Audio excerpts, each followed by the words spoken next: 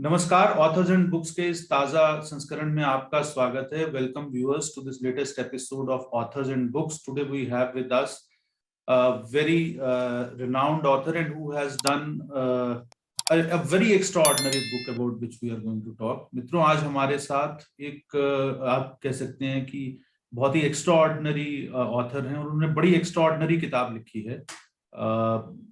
किताब का नाम है वे 15 दिन। उस पर भी हम चर्चा करेंगे और जो ऑथर है उनके विषय में भी चर्चा करेंगे। हमारे साथ प्रशांत पोल जी हैं। प्रशांत जी, आपका बहुत बहुत स्वागत है।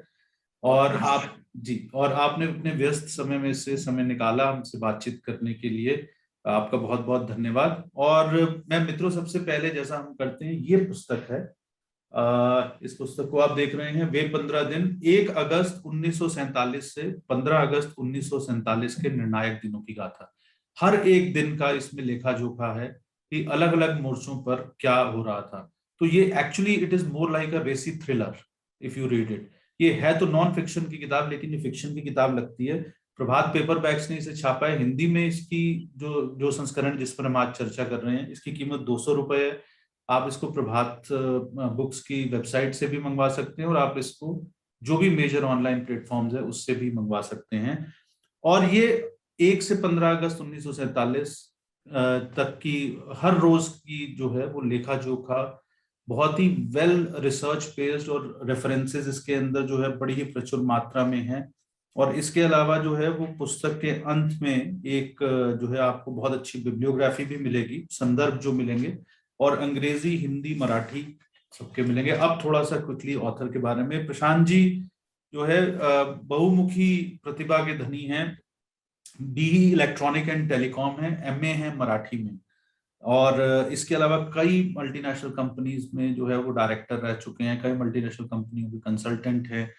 उन्होंने बालासोर के missile fire interim test range के लिए विशेष उपकरण विकसित किया। 1998-99 में महाराष्ट्र के आईटी टास्क फोर्स के सदस्य थे। 1999 में हुज हू में उनका वर्ल्ड हुज हू में चयन हुआ। और इसके अलावा माखनलाल चतुर्वेदी राष्ट्रीय पत्रकारिता विश्वविद्यालय की महाविद्वत परिषद के सदस्य। there are n number of accolades which he has, but the most important thing is he writes। और ये जो पुस्तक इन्होंने लिखी है, ये पुस्तक मूलतः मराठी में लिखी गई थी। उसके बाद ये हिंदी में आई, गुजराती में भी ये प्रकाशित हो चुकी है, और अंग्रेजी में भी 1 महीने के अंदर आने वाली है। और हम उम्मीद कर रहे हैं कि अन्य भारतीय भाषाओं में भी जल्दी आएगी। तो प्रशांत जी, आपका बहुत बहुत स्वागत है। सबसे पहली बात, इस किताब का टाइटल वे 15 दिन। What is the essence of this books? मतलब इस किताब की एसेंस क्या है, अगर हम पाठकों को, हमारे जो पाठक हैं, दर्शक हैं, वो जानना चाहेंगे कि एसेंस क्या है वे 15 दिन। Why these 50? क्यों इन 15 दिनों की कहानी? क्योंकि बहुत सी पुस्तकें विभाजन, स्वतंत्रता, 1947, 15 अगस्त के आसपास जो है उसको पृष्ठभूमि बनाकर लिखी गई हैं। तो इस पुस्तक को लिखने का मूल उद्देश्य, ऑब्जेक्टिव क्या था? What propelled you to write this book? Trigger point क्या था? वो स्पार्क क्या था जो एक लेखक के लिए होता है? और दूसरा चीज ये है कि क्या आप इसके माध्यम से कन्वे करना चाहते थे? तो ये आप बताएं। बहुत बढ़िया अरुण जी। एक शब्द आपने प्रयोग किया, स्पार्क, और वो बहुत महत्वपूर्ण हर लेखक के लिए है, ऐसा मुझे लगता है। 90 के दशक की शुरुआत में मैं विभाजन पे कुछ पढ़ रहा था। मेरी ये एक आदत है कि कोई अगर विषय लिया तो उस विषय से संबंधित ज्यादातर पुस्तकें पढ़कर उस विषय से संबंधित वाचन करने का मैं प्रयास करता हूँ। पूर्ण होता नहीं, लेकिन प्रयास करता हूँ। विभाजन के संदर्भ में जब मैं पढ़ रहा था, तब मुझे ध्यान में आया कि ये जो 15 दिन अगर हमने देखा, 1 अगस्त 1947 से 15 अगस्त 1947, ये 15 दिन अगर हमने ठीक से देखे, तो इन 15 दिनों में हमारा देश का नेतृत्व कहाँ था और क्या कर रहा था। ये इतना अगर हम सबके सामने अगर लेकर गए, तो अपने आप में ये स्पष्ट होता है, बिना टिप्पणी के स्पष्ट होता है कि हमने अपने देश का नेतृत्व किसके हाथ में सौंपा। क्योंकि ये तो कहते हैं सारे लोग कि देश स्वतंत्र होने के बाद जिस पद्धति से देश की विकास की एक रचना होनी चाहिए थी, वो नहीं हुई। क्योंकि स्वाभाविक रूप से तुलना बाकी देशों के साथ होती है जो उसी समय और नए रूप से फिर से उनका पुनर्जागरण हुआ, नए रूप से खड़े रहे। तो ये जब मैं सोच रहा था, तो अचानक मुझे लगा कि 15 दिन पर फोकस करना चाहिए, और 15 दिन में सारा नेतृत्व के जो सारे लोग थे, उनके ऊपर अगर मैं फोकस किया, उनकी सारी जानकारी मिली, तो ये एक अच्छी पुस्तक हो सकती है, या अच्छा विषय हो सकता है। फिर जब मैंने उस पे अध्ययन करना प्रारंभ किया, तो मुझे ध्यान में आया कि ये मिलना, इसकी जानकारी मिलना बहुत कठिन है। उस समय इंटरनेट नहीं था, 90 के दशक की बात कर रहा हूँ, तब से दिमाग में विषय था। और मुझे उसी समय पता चला कि ये जो मेनस्ट्रीम आज़ादी और मेनस्ट्रीम स्वतंत्रता वगैरह ये सब कहते हैं, उसमें कहीं भी जैसे राष्ट्रीय स्वयंसेवक संघ है, उसका उल्लेख नहीं होता, राष्ट्र सेविका समिति है, उनका उल्लेख नहीं होता, या बाकी लोग का उल्लेख होता ही नहीं है। और जब मैं पढ़ने लगा तो मुझे ध्यान में आया कि संघ के तत्कालीन सरसंघ चालक गुरुजी उन दिनों, और आज जो पाकिस्तान है वहां पे थे, कराची में थे, 3 दिन का के प्रवास में थे। तो जब विभाजन की आग लगी थी, सब जगह लोग उस दंगों के कारण नेतृत्व वहां पर जाने से डर रहा था। मैं डर रहा था शब्द प्रयोग कर रहा हूं। उस समय ये लोग वहां पर जाकर ढाढ़स बंधा रहे थे, हिम्मत बंधा रहे थे, ये बड़ा अद्भुत बात थी। लेकिन इसके ऑथेंटिक प्रमाण मिलना आवश्यक थे। फिर मैंने उस समय जो गुरुजी के स्वीय सहायक थे, डॉक्टर आबाजी थत्ते, वो उस समय थे, मैंने उनसे पत्राचार किया। उन्होंने एक बड़ा लंबा चौड़ा पत्र लिखा जो मेरे पास अभी भी है। उसमें उन्होंने कुछ बातें बताई, लेकिन ये ध्यान में आया कि मिलना बहुत आवश्यक है। 95 या 96 के लगभग, 1995 और 96, we met in RSS मुख्यालय headquarter in Nagpur, and we had a very long discussion, more than 1.5 hours. And during the discussion, Dr. Abaji Thatte told, he said that many incidences I am recalling probably first time in my life, almost, because उसके ऊपर कभी इस प्रकार की बातचीत ही नहीं हुई थी। मतलब मेरे प्रश्न इतने बेसिक थे कि गुरुजी की जो सभा हुई थी, उस सभा में माइक किस प्रकार के थे, कितने लोग थे, कि उस समय को ध्यान में रखते हुए। तो जैसा फिर ये विषय निकाला, वैसा फिर नेहरू जी क्या कर रहे थे, गांधी जी क्या कर रहे थे, फिर डॉक्टर बाबा साहब अंबेडकर क्या कर रहे थे, सरदार पटेल जी के मोमेंट्स क्या-क्या थे, वीर सावरकर क्या कर रहे थे, शाम, ये सारे लोगों के मोमेंट्स ढूंढना, देखना, ऑथेंटिकली उसके ऊपर वेरीफाई करना, ये बहुत आवश्यक था। और ये जब मैं कर रहा था, तब ध्यान में आया कि नहीं, मैं बार-बार लिखने के लिए प्रयास करता था, बैठता था, लेकिन पूरे तथ्य नहीं मिलते थे, मैं छोड़ देता था। इंटरनेट वगैरह आने के बाद कुछ ये ध्यान में आया कि कुछ मिल सकता है अपने को, लेकिन तब भी बहुत डॉक्यूमेंट्स का डिजिटाइजेशन नहीं हुआ था। तो प्रत्यक्ष वहां जाकर डॉक्यूमेंट्स देखना, मिलना, सारे न्यूज़पेपर्स में जाकर उसका आर्काइवल देखना, न्यूज़पेपर के आर्काइवल से बहुत कुछ चीजें मिल जाती हैं। वो हर जगह जाना तो संभव नहीं था, फिर भी मैं प्रयास कर रहा था, मेरे भी प्रवास थे। वो होते-होते एक-एक, अच्छा, एक-एक अगर तथ्य आता है तो उसको वेरीफाई करना बहुत आवश्यक होता है। वो करते-करते मुझे बहुत समय लगा, और बाद में जब मुझे लगा कि मेरे पास वास्तव में सारे ऑथेंटिक जानकारी मिल गई है, फिर मैंने ये पुस्तक लिखना प्रारंभ किया। अब पुस्तक किस शैली में होना चाहिए? क्योंकि अगर ये बहुत उसको एक प्रकार से उसका रिपोर्ट, मतलब ऐसी एक उसकी सारी रिपोर्ट भर लिख दी, तो वो थोड़ा नीरस हो जाएगा। तो उसमें थोड़ा ये होना चाहिए कि उस समय, आज 8 अगस्त है, तो 8 अगस्त के दिन उस समय के अखंड भारत में क्या हो रहा था? उस समय तो बांग्लादेश, पाकिस्तान, भारत सारा एक था, तो उस समय कहाँ-कहाँ, क्या-क्या हो रहा था? और कैसे-कैसे विभाजन की ओर उन 15 दिनों में हम बढ़े, और उस समय ये नेतृत्व क्या कर रहा था? ये मैं सारा लिखने का प्रयास किया, और फिर उस शैली में वो आते गया। फिर उसमें कई उदाहरण निकले, बहुत सारी चीजें निकली। जी। जी, आपने न केवल मुझे लगता है कि भारत, बल्कि उधर ब्रिटेन में भी क्या चल रहा था, ये भी आपने जो है वो अपनी किताब में जो है वो कैप्चर किया है। और ये पेज नंबर 95 जो है, 95, इसके ऊपर मैं एक कोट जो है वो पढ़ रहा हूँ कि, और उसके बाद हम उस संदर्भ में प्रशांत जी से उस पर उनकी एक टिप्पणी लेंगे। जैसा हम हमेशा ये कहते हैं कि ये एक तरीके से साक्षात्कार नहीं, हम लोग चर्चा करते हैं, एक परिचर्चा है पुस्तक के ऊपर। और इधर तो मैं कोट कर रहा हूँ, पेज 94 के एंड से ये शुरू होता है।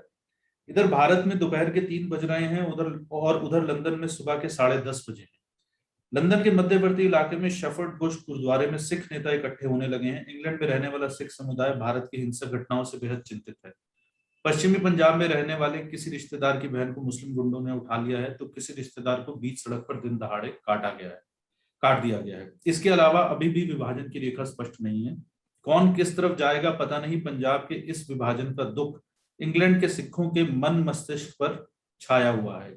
ये 8 अगस्त 1947 की बात है। इसके बाद एक महत्वपूर्ण बात जो पुस्तक में है, इसके लिए संपूर्ण पंजाब को ही भारत में विलीन करना तथा सिख मुस्लिम जनसंख्या की अदला बदली करना ही उपाय है, यह उनकी समझ में आ रहा है, यानी कि ब्रिटेन के सिखों की। परंतु गांधी जी और नेहरू ये दोनों ही जनसंख्या की अदला बदली के संबंध में अपनी जिद पर अड़े हुए हैं। तो ये क्यों अपनी जिद पर, प्रशांत जी, आपको लगता है कि अड़े हुए थे, और इसका एक लॉन्ग टर्म इम्पैक्ट हम क्या देखते हैं? ये क्या एक टैक्टिकल ब्लंडर था, क्या एक पॉलिटिकल कंपल्जन था? क्या जब हम हाइंडसाइट में देखते हैं, कई बार हम पीछे मुड़कर देखते हैं, तो उस समय की, आज की समय देश काल की परिस्थितियों के अनुरूप हमें लगता है कि नहीं, वो गलत निर्णय था। लेकिन वो, क्योंकि आपने, एक अच्छी बात यह है कि इसमें कोई एडिटोरियल टिप्पणी नहीं है, कोई ओपिनियनेटेड, सिर्फ फैक्ट्स रखे गए हैं। तो इस फैक्ट का एक इंटरप्रिटेशन हम आपके पर्सपेक्टिव से जो है वो जानना चाहेंगे कि आप क्या मानते हैं कि ये जो अदला बदली नहीं हुई और बड़ी विभाजन में, it was not, I think one of the, it was the biggest human tragedy of 20th century. So तो क्या आप इसको किस तरीके से देखते अरुण जी, आपने एक बहुत महत्वपूर्ण मुद्दा छेड़ा है। मुझे लगता है विभाजन के सारे परिप्रेक्ष्य में देखा तो ये मुद्दा बहुत बड़ा है, और इस मुद्दे ने आने वाले अनेक पीढ़ियों तक प्रश्नों की मालिका ये खड़ी करके रख दी है। ये अगर उस समय ठीक से होता तो शायद अनेक प्रश्नों का उत्तर वहीं पर मिल गया होता है, शायद। अब ये जनसंख्या अदला बदली का क्या है, 1940 में डॉक्टर बाबा साहब आम्बेडकर जी ने जो पुस्तक लिखी, थॉट ऑन पाकिस्तान, उसमें उन्होंने बड़े, उस समय तक पाकिस्तान बहुत बड़े पैमाने पर, या पाकिस्तान का विचार एक मासेस तक बड़े पैमाने पर नहीं गया था। पाकिस्तान था, शब्द था, वो चल रहा था, लेकिन बहुत बड़े पैमाने पर नहीं गया था। लेकिन आ, उन्होंने, मतलब डॉक्टर बाबा साहेब आम्बेडकर ने पाकिस्तान होगा ये विजुअलाइज करके, उसमें बहुत सारे तर्क पक्ष विपक्ष में, बहुत बड़ी पुस्तक, अच्छी पुस्तक है। उसमें उन्होंने ये लिखा है कि हिंदू मुस्लिम सह अस्तित्व संभव नहीं है, दोनों साथ नहीं रह सकते। बहुत तर्क दिए, बहुत सारे उदाहरण दिए, और उनका कहना है कि विभाजन अवश्यंभावी है। वो कहते हैं विभाजन होना चाहिए। मतलब बाकी सारे लोग, जो हिंदूवादी संगठन और बाकी सारे लोग थे, वो विभाजन नहीं होने के पक्ष में थे। डॉक्टर बाबा साहब आम्बेडकर विभाजन होने के पक्ष में थे, लेकिन एक शर्त के साथ थे। उनका कहना यह था कि जनसंख्या की अदला बदली होनी चाहिए। वो प्री कंडीशन थी एक प्रकार से उनकी, बार बार उन्होंने कहा है। और उसके बाद भी, मतलब ये पूरे 15 दिनों के दौरान भी उनका मुंबई के वकीलों ने एक सम्मान किया है। उस सम्मान के कार्यक्रम में भी डॉक्टर बाबा साहेब अम्बेडकर जी ने 8 अगस्त 1947 को जो कहा है मुंबई में, वो यही कहा है कि ये विभाजन का निर्णय अगर जनसंख्या के अदला बदली के साथ होता तो ज्यादा प्रभावी रहता। 1956 में उनका जो भाषण है, उसके पहले भी उनके जो भाषण है, सब में उन्होंने कहा है कि ये जनसंख्या की अदला बदली होनी चाहिए थी।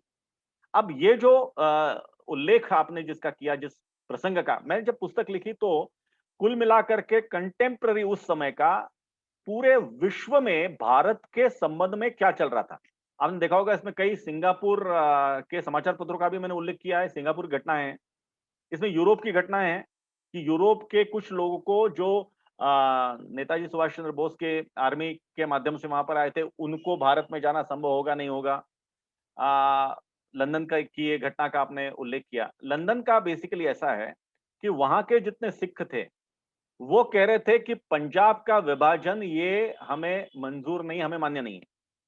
अगर विभाजन आपको मतलब विभाजन तो संभव ही नहीं है, लेकिन अगर हिंदुस्तान पाकिस्तान आप पूरे देश का विभाजन कर रहे हैं तो पूरा पंजाब या हिंदुस्तान में जाना चाहिए। या फिर उनका कहना था जनसंख्या की अदला बदली होनी चाहिए। मतलब या तो विभाजन ना हो, वो तो संभव नहीं है, विभाजन तो हो गया, 3 जून को निर्णय हो गया था विभाजन का।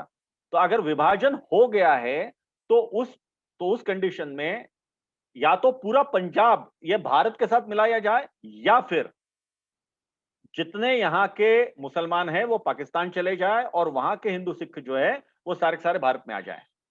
और ये, लेकिन नेहरू जी और गांधी जी दोनों इस बात पे अडिग थे कि जनसंख्या की अदला बदली का कोई भी प्रश्न नहीं है।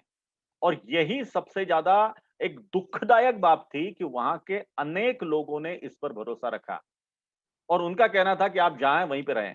2 उदाहरण मैं पुस्तक के ही देना चाहता हूँ, ये 15 दिनों के बीच के ही। महात्मा जी जब वहां के शरणार्थी शिविर में थे और वहां के शरणार्थी शिविर के बाद वो लाहौर गए। तो कुल मिलाकर के 2 ढाई दिन उनका मुकाम आज के पाकिस्तान में था, उन 15 दिनों के बीच में। वहां के शरणार्थी शिविर में, वहां कैंट नाम का बहुत छोटा-सा था, लेकिन शरणार्थी शिविर वहां का बड़ा था। वहां पर और लाहौर में, दोनों जगह उन्होंने एक ही बात कही। उनका कहना था कि ये दंगों की बात आप करते हैं, ये तो ठीक है 15 अगस्त तक होगा। मुसलमानों को पाकिस्तान चाहिए था, उनको मिल गया। अब वो दंगा क्यों करेंगे? ये उन्होंने बार-बार कहा है। अब वो दंगा क्यों करेंगे? इसलिए आप वहीं हैं, वहां निश्चिंत रहिए। मुसलमानों ने मुझे आश्वस्त किया है कि हिंदू को कुछ नहीं होगा, सिखों को कुछ नहीं होगा। इसलिए आप वहीं पर रहिए। नेहरू जी ने भी इसी बात का आग्रह किया कि कुछ यहाँ आने की जरूरत नहीं। वहां के शरणार्थी शिविर, वहां कैंट जो था, वहां के शरणार्थी बोल रहे थे, वहां के 2 सिखों ने उनसे प्रश्न किया गांधी जी से कि कम से कम इतना तो आप कर दीजिए कि हम पश्चिम पंजाब में हैं, हमें पूर्व पंजाब में भेज दीजिए। ये शरणार्थी शिविर कहीं वहीं लगवा दीजिए। गांधी जी ने कहा यहां से हिलने की कोई जरूरत नहीं है। लेकिन बाद में जब बहुत ज्यादा उत्तेजित थे सारे शरणार्थी, तो सुशीला नायर जी को उन्होंने उनको जरा ठीक-ठाक करने के लिए वहां पर रखा। लेकिन ये जो बात थी कि हम अदला-बदली नहीं करेंगे, वहां पर मुसलमान आपको कोई तकलीफ नहीं देंगे, आपको मुसलमानों को पाकिस्तान चाहिए था, वो मिल गया था, तो अब कोई प्रश्न नहीं है। इसने गलती ये की कि जो मुख्य दंगे थे, वो तो 15 अगस्त के बाद प्रारंभ हुए और जबरदस्त दंगे हुए। अगस्त के अंत में सितंबर, अक्टूबर, ये 2.5 से 3 महीनों के दंगों में कई लाख लोग मारे गए। तो ये अगर नहीं कहते, ये आग्रह नहीं रखते कि नहीं आप जहां हैं वहीं पे रहिए, तो शायद अनेक जानें बच सकती थी।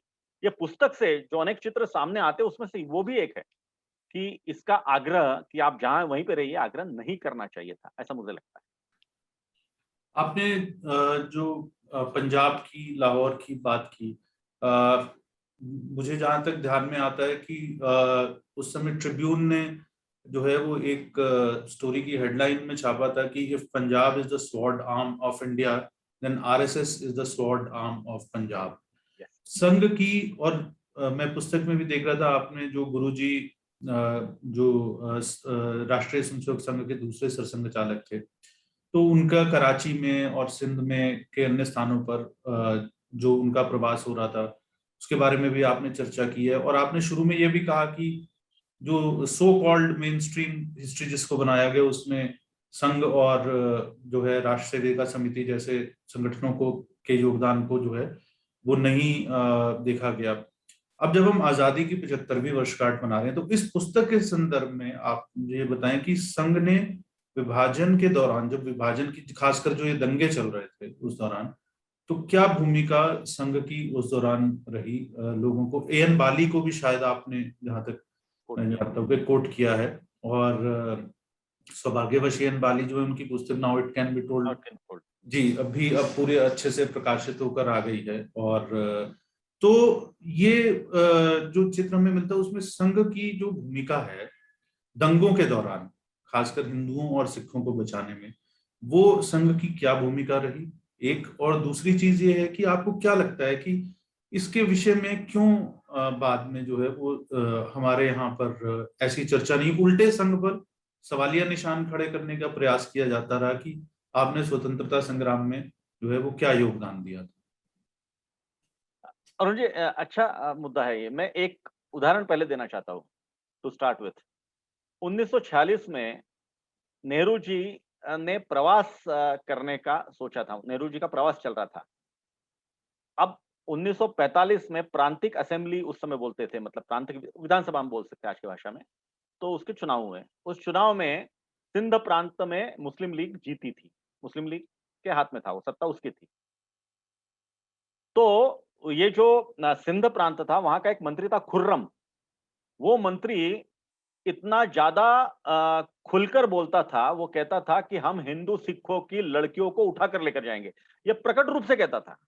वो पोस्टर्स पे, उस समय तो पोस्टर ऐसे नहीं रहते थे आज जैसे, लेकिन वो जो वॉल पेंटिंग वगैरह होती थी उस समय होती थी, उसमें वो लिखता था, हिंदू सिखों तुम्हारी लड़कियों को और इनको बहनों को हम उठाकर लेकर जाएंगे। इस प्रकार की खुलेआम बात करता था।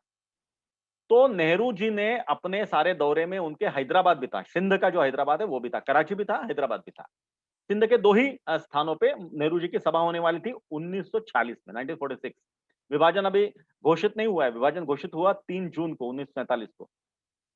तो वहां के जो मुस्लिम लीग के लीडर्स थे, उन्होंने कांग्रेस के नेतृत्व से संपर्क किया और उनको कहा कि अगर नेहरू जी की सभा यहां पर हैदराबाद में होती है, तो नेहरू जिंदा नहीं जाएगा। उनके शब्द थे, नेहरू जिंदा नहीं जाएगा, नेहरू यहां पे सभा कर नहीं पाएगा। कांग्रेस के नेता चिंतित हुए, उन्होंने ऊपर भी बताया कि इस प्रकार से थोड़े ये आ रहे हैं। ऐसा एक मत बन रहा था कि शायद फिर यहाँ पे सभा हम ना करें। तो उस समय सिंध के जो तत्कालीन कांग्रेस के नेता थे, उनमें से चिमनदास जी थे, प्रसिद्ध थे, और दूसरे लाला कृष्णचंद्र थे। तो चिमनदास जी और लाला कृष्णचंद्र ये उस समय के संघ के सिंध प्रांत के प्रांत प्रचारक राजपाल जी पुरी थे। वो राजपाल जी पुरी से मिलने के लिए आए और उन्होंने ये बताया कि इस प्रकार से धमकी मिल रही है, तो क्या करें हम, आप मदद कर सकते हैं क्या? आपने मदद की तो शायद सभा हो सकती है, अन्यथा तो हमें यहाँ की सभा कैंसिल करनी पड़ेगी। राजपाल जी ने कहा कि आप सभा कीजिए, निश्चिंत होकर कीजिए, खुले मन से कीजिए, कुछ नहीं होगा आपको, नेहरू जी को कुछ नहीं होगा, सारी जिम्मेदारी हमारी।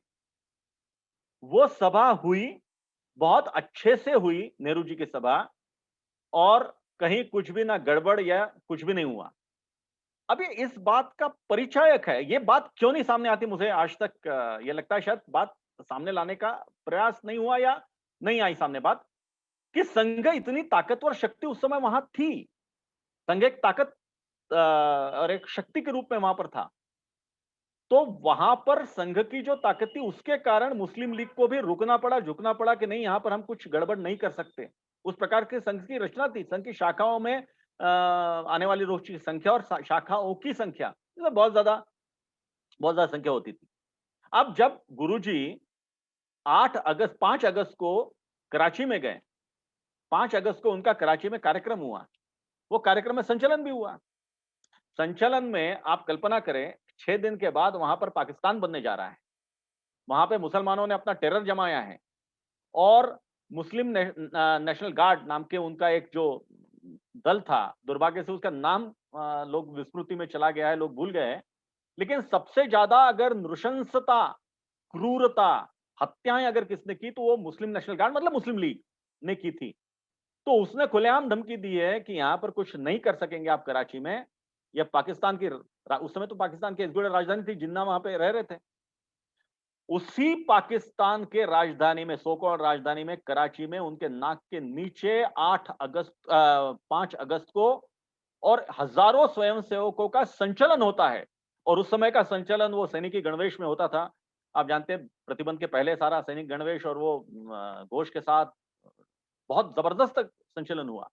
वो संचलन के कारण मुस्लिम लीग को इतनी दहशत बैठी कि उसके बाद कराची में, मतलब बाकी सब जगह दंगे हुए, आसपास के ग्रामीण क्षेत्रों में दंगे हुए, हैदराबाद में दंगे हुए, सिंध के बाकी जो स्थान है वहां पे दंगे हुए, लोहारों में तो बहुत ज्यादा हुआ, कराची में नहीं हो पाया। और वहां पर गुरुजी ने सभा ली, प्रत्यक्ष सभा ली। साधु वासवानी जी उसके अध्यक्ष थे। साधु वासवानी जी का तो वहां बहुत सिंधी समाज में बहुत ज्यादा नाम था, उनके वे अध्यक्ष थे। और वो जो सभा हुई, बड़ी प्रभावी सभा रही। उसके बाद हैदराबाद गया, हैदराबाद में भी सभा हुई। गुरुजी यहां पर ढाढ़स बंधा रहे थे लोगों को, और वो उस ताकत के साथ ढाढ़स बंधा रहे थे कि उनके पीछे संघ की वो शक्ति थी, और वो संगठन का बल था। संगठित शक्ति क्या हो सकती है, ये वो वहां पे दिख रहा था। 14 अगस्त को जिस दिन एक प्रकार से शपथ ले रहे थे, या नया पाकिस्तान का निर्माण हो रहा था, उस दिन राष्ट्र सेविका समिति की उस समय की तत्कालीन प्रमुख संचालिका मौसी जी केलकर ये कराची पहुंचती है। और वो बड़ा विलक्षण अनुभव है। उस समय टाटा एयरलाइंस होता था, तब तक एयर इंडिया नहीं हुआ था। तो टाटा एयरलाइंस के विमान से, जो मुंबई से कराची का विमान चलता था, वो वाया अहमदाबाद होता था। तो उन्होंने, उनके जो सहभागी थे, उन्होंने ये प्रत्यक्ष रूप से लिख के रखा है, बताया है कि अहमदाबाद तक तो कुछ भारतीय थे, महिला एक भी नहीं थी, कुछ भारतीय थे। अहमदाबाद से कराची के इसमें तो कोई भारतीय नहीं था, सारे मुस्लिम थे। उन दोनों के बीच में ये 2 महिलाएं मात्र, और बड़ी हिम्मत के साथ जा रही है। वहां पर राष्ट्र सेविका समिति के सेविकाओं की बैठक ले रही है और उनको ये कह रही है कि नहीं, आप निश्चित रहिए, संगठित शक्ति का एक अपना महत्व होता है, ताकत होती है। उस ताकत के साथ हम धीरे-धीरे हम भारत में सारे जाएँगे, उसकी योजना आप बनाइए, योजना योजना को ठीक से आकार दीजिए। और गुरुजी ने भी इसको रिट्रीट कहा है। वो बार-बार राजा दाहिर का उल्लेख कर रहे हैं गुरुजी अपने भाषण में। ये राजा दाहिर की भूमि है, ये शक्तिशाली पराक्रम पुरुषार्थ की भूमि है, लेकिन अभी परिस्थिति ऐसी बनी है, इसलिए अभी हमें रिट्रीट करना है, पीछे जाना है, लेकिन फिर से हम यहाँ पर आएँगे। ये हमारी मातृभूमि है, फिर से हम यहाँ पर आएँगे। अब ये जो ढाढ़स बंधा रहे हैं, ये जो एक लोग में जोश दिखा रहे हैं, इसके बिल्कुल विपरीत दुर्भाग्य से 6 अगस्त को लाहौर में कांग्रेस कार्यकर्ताओं के बीच में गांधी जी की जो सभा है, उस सभा को टाइम्स ऑफ इंडिया के 8 अगस्त के अंक ने कोट किया है, जो मैंने पुस्तक में दिया है। उसमें गांधी जी से एक प्रश्न पूछा जाता है, तो गांधी जी कहते, अच्छा उसमें क्या हो गया था उस समय तक, कांग्रेस के जो कार्यकर्ता थे, सो कॉल्ड मतलब कांग्रेस के जो कार्यकर्ता थे, वो भी 2 इसमें बढ़ गए थे। जो मुस्लिम कार्यकर्ता थे, वो मुस्लिम लीग के साथ चले गए। जो हिंदू सिख बचे थोड़े बहुत, वो कांग्रेस के साथ थे। तो उनके बीच में गांधी जी, उनसे प्रश्न पूछा जाता है कि बहुत यहाँ पे दंगे भड़के हुए हैं, बहुत ज्यादा यहाँ पर हमें जानमाल की सुरक्षा का प्रश्न है, बहुत असुरक्षित है यहाँ पर, हमें वहां पर लेकर जाने की कुछ योजना बनाई है। गांधी जी ने फिर वही बात कही है जो मैंने इसके पहले कही थी कि आप सुरक्षित है यहाँ पे, कोई आपके उस यहाँ पे कुछ नहीं होगा और आप यहीं पर रहिए। और उन बाद में उनका वाक्य है, यदि लाहौर जल रहा होगा तो आप भी उसके साथ अपने प्राण दीजिए, लेकिन प्राण हिम्मत के साथ दीजिए। भीरुता के साथ अगर आप अपने प्राण देंगे तो मुझे अच्छा नहीं लगेगा। लोग को बहुत गुस्सा आया है उसके कारण। और ये बिल्कुल वर्बेटिम, ये ऐसा के ऐसा टाइम्स ऑफ इंडिया ने 8 अगस्त मुंबई के अंक ने कोट किया है, ऐसा के ऐसा ये कोट किया है। अब ये जो विरोधाभास है, ये जबरदस्त है कि वहां पर के लोगों को बचाना, ठीक से सुरक्षित लेकर आना, यह प्राथमिकता थी, या इस प्रकार का उनको बताना, सलाह देना। दूसरा, समिति का जो मैंने बताया, उसी के कंट्रास्ट में उस समय वहां पर अगर किसी ने भेंट दी होगी तो आचार्य कृपलानी जरूर वहां पर थे। कराची के कार्यालय में थे, कांग्रेस कार्यालय में भी थे, कराची में वो गए थे, वो सिंध के ही थे, तो वो जाना स्वाभाविक था। सुचेता कृपलानी जी उनकी पत्नी थी। अब ये आचार्य कृपलानी जी उस समय कांग्रेस के अध्यक्ष थे। तो कृपलानी जी ने वहां पर एक बैठक ली है 6 अगस्त को, और वो जो जो बैठक ली है, वो सिंधी महिलाओं की बैठक ली है।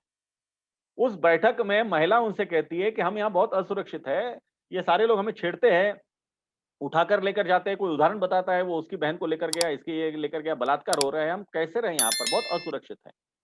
सुचेता कृपलानी जी का उत्तर है उसमें, उत्तर बड़ा दुर्भाग्यपूर्ण है। वे कहती है कि आप फैशन कर रही है, लो कट ब्लाउज पहन रही है, ट्रांसपेरेंट कपड़े पहन रही है, इसलिए आपको गुंडे छेड़ते हैं। मैं तो नोआखाली भी गई थी, यहाँ भी गई थी, मेरे को किसी ने नहीं छेड़ा। अब अब आप कल्पना कर सकते हैं कि उस सारे दंगों के वातावरण में कोई महिला इस प्रकार की फैशन की बात सोच भी सकती है क्या? और इस प्रकार का उत्तर देना, तो ये सुचेता कृपलानी जी बोल रही है, उनके ठीक 6-8 दिन के बाद राष्ट्र सेविका समिति की मौसी जी लोगों में, महिलाओं में कह रहे हैं कि आप हिम्मत के साथ रहिए, शील चारित्र्य के साथ रहिए और बराबर हम भारत जाएंगे। ये जो विरोधाभास है, ये विरोधाभास भी सामने आने की आवश्यकता है, ऐसा मुझे लगता है। मुझे लगता है प्रशांत जी, एक जो प्रवृत्ति पिछले करीबन 75 साल में हमने देखी है, 74-75 साल में आजादी के बाद से, कि हमारे यहाँ इतिहास का में जब हम जाकर किसी का मूल्यांकन करते हैं, किसी व्यक्ति का, किसी नेता का, तो दुर्भाग्यवश ऐसा हो गया है कि या तो हम उसे भगवान बना देते हैं या हम उसे शैतान बना देते हैं। एक वस्तुपरक मूल्यांकन जो आपने अपनी पुस्तक के माध्यम से, हालांकि जो प्रशांत जी ने लिखा है, ये मैं इसीलिए बता रहा हूँ, ये एक अपने आप में एक वस्तुपरक मूल्यांकन भी है। जैसे हमने एक प्रश्न में भी कहा कि उन्होंने कहीं ओपिनियन जो है वो नहीं दिया, तो ये वस्तुपरक मूल्यांकन हम लोग नहीं कर पाते हैं। और इसी के संदर्भ में मैं आपसे एक जो है वो अंतिम प्रश्न ये पूछना चाहता हूँ कि वस्तुपरक, आप अपनी पुस्तक में वस्तुपरक मूल्यांकन कर पाए, आपने बहुत सारे रिसोर्सेज, रेफरेंस, आपने चर्चा भी की, आपने इतना समय लगाया। जो लोग वस्तुपरक मूल्यांकन करना चाहते हैं, जो लोग वाकई इतिहास को सही दृष्टि से देखना चाहते हैं, मैं लेफ्ट और राइट की डिबेट में बिल्कुल भी नहीं जा रहा हूँ। जो है मुझे लगता है कि ये फ्रिवलस डिबेट है लेफ्ट और राइट की। जो है इतिहास का वस्तुपरक मूल्यांकन होना चाहिए, और खासकर हमारे जो ऐतिहासिक व्यक्तित्व हैं। अगर मुझे नहीं लगता कि अगर महात्मा गांधी भी एक ह्यूमन बीइंग थे, every human being can error, मतलब ऐसा नहीं हो सकता कि नेहरू और गांधी और ये लोग कोई गलती ही नहीं कर सकते थे। जो है समय काल परिस्थितियों के अनुरूप उन्होंने कुछ निर्णय लिए जो सही भी हो सकते हैं, गलत भी हो सकते हैं, जो सबके साथ। पर जो नए लिखने वाले लोग हैं, क्योंकि अब 75वीं वर्षगांठ आ रही है, तो बहुत सारे लोग जो होंगे वो लिखना भी चाहेंगे, इसके ऊपर आलेख लिखना चाहेंगे, पुस्तकें लिखना चाहेंगे। और स्वतंत्रता संग्राम के संदर्भ में खासकर ये जो विभाजन की विभीषिका है, इसको हमने काफी हद तक असल में विस्मृत जो है वो मुझे लगता है कि कर दिया है। तो इस संदर्भ में आप एक जो है इतना आपका अनुभव है लिखने का, इतनी अच्छी पुस्तक आपने लिखी है, तो आप कुछ एक टिप्स जो है वो पढ़ने वालों को, लिखने वालों को दे कि कहाँ से रिसोर्स मटेरियल करें, कैसा रेफरेंस मटेरियल यूज करें, कौन कौन से कुछ ऐसे प्रोमिनेंट टेक्स्ट हो सकते हैं टू बिगिन विद, अगर मान लीजिए कोई उसके ऊपर पढ़ना चाहता है, तो ये एक बड़ा मुझे लगता है कि लाभकारी रहेगा उनके लिए। बहुत अच्छी बात। एक 2-3 मिनट में लूंगा। मैं इसी के संदर्भ में एक बात जरूर बताना चाहता हूँ। मैं जर्मनी बहुत बार गया हूँ। पिछले बार 2 वर्ष पहले जब गया था, कोरोना के जस्ट पहले, न्यूरेमबर्ग गया था वहां पे। न्यूरेमबर्ग ट्रायल हम सब लोग जानते हैं। जो नाजी अधिकारी थे उनके ऊपर जर्मन सरकार ने और कुल मिलाकर के सारे विश्व ने उनके ऊपर ट्रायल चला था, मुकदमा चलाया था। तो उसके लिए न्यूरेमबर्ग प्रसिद्ध है। अब जर्मनी में हिटलर का नाम लेना ये निषिद्ध है, प्रतिबंधित है। आप हिटलर का नाम ले नहीं सकते। और अगर हिटलर का नाम किसी रेस्टोरेंट में आप लेते मिल जाए तो लोग ऐसे चौंक के देखने लगते कि अरे कौन बोल रहा है, पुस्तकें कहीं नहीं मिलती, वगैरह वगैरह वगैरह। लेकिन वहां पर न्यूरेमबर्ग में बहुत बड़ा संग्रहालय है, म्यूजियम है, too large, too big, and with all advance technologies. उसमें ऑडियो, विजुअल्स और सब कुछ है। उस समय के सारे जो वो सब कुछ वहां पर डिस्प्ले किया हुआ है। और वहां पे हिटलर कैसे बना, क्या क्या उसका, हिटलर का विकास कैसे होता गया, हिटलर ने नाजी पार्टी पे अपनी पकड़ कैसी की, और किस प्रकार से द्वितीय विश्व युद्ध प्रारंभ हुआ, वगैरह वगैरह सब कुछ दिया है, बहुत अच्छे से दिया है। मैं बड़ा उसमें आश्चर्यचकित रह गया, थोड़ा कुतूहल था कि हिटलर को तो यहाँ बात नहीं करते, यहाँ पे सब दिखा रहे हैं। तो मैं वहाँ के जो क्यूरेटर थे, संग्रहालय के प्रमुख, उनसे मैं मिला बाद में। बाहर से आया था तो मिलने में कोई दिक्कत नहीं गई। मैंने प्रश्न पूछा तो उन्होंने कहा, देखिए ऐसा है कि बात सही है आपकी, हम हिटलर की स्मृतियों को फिर से कुरेदना नहीं चाहते, लेकिन उसी के साथ-साथ we would like our new generation to be aware about what had happened. हम उस पे पर्दा डालना नहीं चाहते पूरे। अगर कुछ क्रूरता, नृशंसता भी हुई है तो वो हमारे जनरेशन, नई जनरेशन को पता चले। और उस कॉन्टेक्स्ट में अगर हम देखते हैं तो विभाजन एक बहुत बड़ी त्रासदी थी। 10 लाख से ज्यादा लोग मारे गए। विश्व में बहुत कम ऐसी घटना आपको मिली, 10 लाख से ज्यादा लोग जहां मारे गए हैं। 1.5 करोड़ के ऊपर, मतलब 1 से 1.5 करोड़ के लोग के बीच लोग विस्थापित हुए हैं। अनेकों के जीवन बर्बाद हुए हैं। अब इतनी बड़ी जब घटना होती है तो वो अगर उसको ठीक से हम याद नहीं रखेंगे या ठीक परिप्रेक्ष्य में नहीं देखेंगे तो आने वाली पीढ़ियां धीरे-धीरे उसको भूलती जाएंगी। जैसे मुस्लिम नेशनल गार्ड लोग भूल गए। मैं 10 में से 9 क्या 10 के 10 लोग लगभग बात करते कि उनको मुस्लिम नेशनल गार्ड नहीं मालूम जब बात करते तो ये बड़ा दुखद है, इसलिए सबसे सामने आना चाहिए, ऐसा मुझे लगता है। और इसीलिए जो मैंने जब अध्ययन किया, लेकिन अध्ययन करने में एक बात जरूर मैं आपको बता दूं कि क्रॉस रेफरेंसेस लेना बहुत ज्यादा आवश्यक है। मैंने इसमें एक उल्लेख किया है, मेरे प्रस्तावना भी मैंने अपनी बात में भी उल्लेख किया है कि वी.स. वाळिंबे नाम के एक बहुत सम्मानित लेखक है मराठी के। उन्होंने 1947 नाम की एक पुस्तक लिखी है। उन्होंने विभाजन पे बहुत सारी पुस्तकें लिखी है और बहुत अच्छे, और उनको जिनको माने जाते हैं इस प्रकार के वो लेखक हैं, मतलब लेखक थे वी.स. वाळिंबे।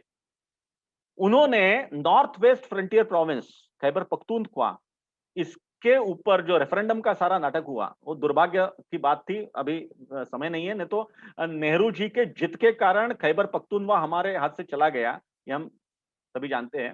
तो वहां उन्होंने जो आंकड़े दिए, वो आंकड़े अलग थे और उसी के आधार पे मैं अपना लिख रहा था। लेकिन मुझे कुछ लगा कुछ गड़बड़, थोड़ा क्रॉस चेक करना चाहिए। मैंने क्रॉस चेक किया तो अलग आंकड़े मिले। अब ये दोनों आंकड़ों में से अगर देखना है तो हमेशा ओरिजिनल डॉक्यूमेंट्स देखने का प्रयास करना चाहिए, जितने हो सके ओरिजिनल डॉक्यूमेंट्स लेना चाहिए। तो रेफरेंडम के मैंने कहा डॉक्यूमेंट्स होंगे, ब्रिटिश इसके पास होंगे, कहीं ना कहीं डिजिटाइज होंगे, ये होंगे, मुझे मिले वो। तो मुझे ऑथेंटिक आंकड़े मिले। ऑथेंटिक आंकड़े और वानिम्बे जी के आंकड़ों में बहुत अंतर था। तो मैं बच गया, चूंकि मैं ऑथेंटिक आंकड़े मैंने देखे और उसके अनुसार मैंने वो लिखा। इसलिए जब भी आप रिसर्च करेंगे, देखेंगे, तो उसमें क्रॉस रेफरेंस बहुत आवश्यक है। दूसरा, मैं जरूर कहना चाहता हूं कि जितना हो सके ओरिजिनल डॉक्यूमेंट आप देखिए। जैसे मैं बहुत प्रयास कर रहा था कि उस समय के जो समाचार पत्र है, वो समाचार पत्र मुझे मिले।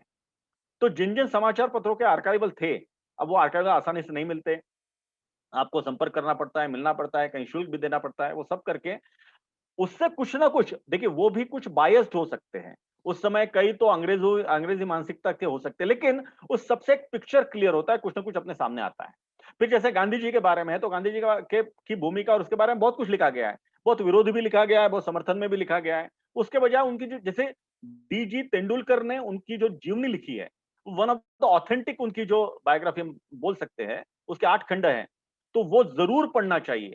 उस प्रकार से पढ़ने से क्या होता है कि ओरिजिनल क्या-क्या उन्होंने कहा, क्या-क्या हुआ, वो ध्यान में आता है। तो फिर हम कुछ उसके ऊपर सोच सकते हैं, हमारा अपना अभिमत हम उसके ऊपर बना सकते हैं। अन्यथा किसी और पुस्तक का जो अभिमत बना हुआ है, उसके अनुसार हम अपनी राय बनाते हैं, वो बहुत साइंटिफिक नहीं होती, ऐसा मुझे लगता है। इसलिए मैंने बहुत कुछ प्रयास किया कि मैं ओरिजिनल डॉक्यूमेंट्स देखने का प्रयास करूं। कई डॉक्यूमेंट्स, अभी अच्छी बात ऐसी है इस जनरेशन के लिए, वाईएमबी जी इसलिए गलत हो गए होंगे कि उस समय ये सब नहीं था मेरे ख्याल से, इसलिए उनकी गलती नहीं है। उनको जो डॉक्यूमेंट मिला उसके अनुसार वो गए थे। लेकिन अभी बड़ा अच्छी बात है कि आपके पास बहुत ज्यादा डिजिटाइज आर्काइव्स है, लाइब्रेरीज है, बहुत कुछ ओपन है। थोड़ा ढूंढना पड़ता है, इंटरनेट में जाना पड़ता है, क्रॉस चेक करना पड़ता है, वो किया तो होगा। दूसरी बात, अनबायस्ड माइंड से सारी पुस्तकें पढ़ना चाहिए। मतलब मैंने यास्मीन खान की पुस्तक का भी उदाहरण दिया है, मैं शशि थरूर जी की पुस्तकों का जरूर रेफरेंस लेता हूँ सारे इसमें। तो ये सारी जो पुस्तकें हैं, जो मैंने मेरे संदर्भ में भी दी है, वे सब जरूर पढ़ना चाहिए। और उसको जब हम ओरिजिनल डॉक्यूमेंट्स, या जैसे डीजी तेंदुलकर जी की ओरिजिनल जीवनी है गांधी जी की, बिल्कुल उसमें एक एक दिन गांधी जी कहाँ थे, क्या थे, क्या क्या उन्होंने क्या क्या बोला, इतना ही भर दिया है, उन्होंने अपनी कुछ टिप्पणी नहीं की है। तो उससे उसको क्रॉस चेक करके ध्यान में आता है कि ये लेखक कुछ बायस्ड माइंड से लिख रहा है या उसने अपने फ्लो में लिखा है। लेकिन उसमें से एक पूरा घटना का आकार बनते जाता है। इसलिए इस प्रकार से ओरिजिनल डॉक्यूमेंट से वो सारे पुस्तकों का मिलान करना, ये भी आवश्यक है, ऐसा मुझे लगता है। और एक चलते चलते और बात प्रशांत जी, पाठकों को आपकी जो है वो अगली पुस्तक का भी जो है वो इंतजार मेरे जैसे पाठकों को तो है ही। तो आप कोई ऐसा विषय जिस पर की काम कर रहे हो, आप उस पर कुछ जानकारी हमारे साथ, वो विषय के बारे में कुछ जो है वो साझा करना चाहें, कि कोई ऐसा विषय या जिसपे आप व्यस्तता के कारण अभी नहीं कर पाए, लेकिन आपकी आगे किताब पर जो है वो काम करने की इच्छा है या करेंगे उस पर जो है, तो ऐसा कोई। जी। जी। अ, इसके साथ ही मेरी और एक किताब आई है, वो भारतीय ज्ञान का खजाना। वो मराठी में तो काफी प्रसिद्ध है, उसके 5-6 संस्करण निकल चुके हैं, हिंदी में 2-3 निकल चुके हैं, अंग्रेजी में भी आ गई है, गुजराती में भी आ रही है। लेकिन मेरी जो आगामी पुस्तक है, या एक आध 2 महीने में आ जाएगी, वो है विनाश पर्व। अभी स्वतंत्रता 75 चल रहा है, अभी 1 वर्ष पूरा हम सारे उसको मनाएंगे। तो विनाश पर्व, ये मूलतः विषय ये है कि अंग्रेज भारत में आए, उस समय भारत की परिस्थिति क्या थी, और अंग्रेजों ने भारत को किस प्रकार से एक बर्बाद किया, विनाश किया। मतलब जहां पे विश्व के व्यापार में अपना हिस्सा, जब अंग्रेज आए, उस समय 23 से 24% के लगभग था, और जब वो गए तो 3.8% था। इतना उन्होंने भारत को बर्बाद करके रखा। तो ये सारा जो विनाश पर्व था, सारी व्यवस्थाएं बहुत अच्छी थी, उन व्यवस्थाओं को अंग्रेजों ने जो तहस नहस की। तो ये जो इमेज खड़ी होती कि अंग्रेजों ने भारत को सुधारा, राजनीतिक रूप से एक किया और बहुत कुछ किया, ऐसा चित्रण नहीं है। उसके पहले का भारत बहुत अच्छा था। तो वो विनाश पर्व इस पुस्तक के माध्यम से मैं ला रहा हूँ। 1 महीने 2 महीने में वो पुस्तक बाजार में आ जाएगी। तो हमें आपकी आने वाली पुस्तक का इंतजार रहेगा, और उस पर भी हम लोग जो है जरूर प्रशांत जी से चर्चा करेंगे। मैं चलते चलते एक बार फिर आप लोगों से बता दूं कि ये पुस्तक है जो वे 15 दिन, 1 अगस्त 1947 से 15 अगस्त 1947 के निर्णायक दिनों की गाथा, लेखक श्री प्रशांत पोल जी। और इसे छापा है प्रभात पेपर बैग्स ने। और अगर आपको ये वीडियो अच्छा लगा तो आप इसे शेयर करें और इसे लाइक भी करें। और आप नेशनलिस्ट व्यू के यूट्यूब चैनल को सब्सक्राइब कर सकते हैं। और अगर आप बेल आइकन दबाएंगे तो नोटिफिकेशंस आपको रेगुलर मिलते रहेंगे जब भी हम कुछ अपलोड करेंगे इस पर। और जल्दी ही हम जो है वो अगले एपिसोड में एक नए ऑथर और एक नए विषय के साथ, एक नई पुस्तक के साथ भी आपसे मिलेंगे। तब तक के लिए नमस्कार। प्रशांत जी, आपका बहुत बहुत धन्यवाद। धन्यवाद।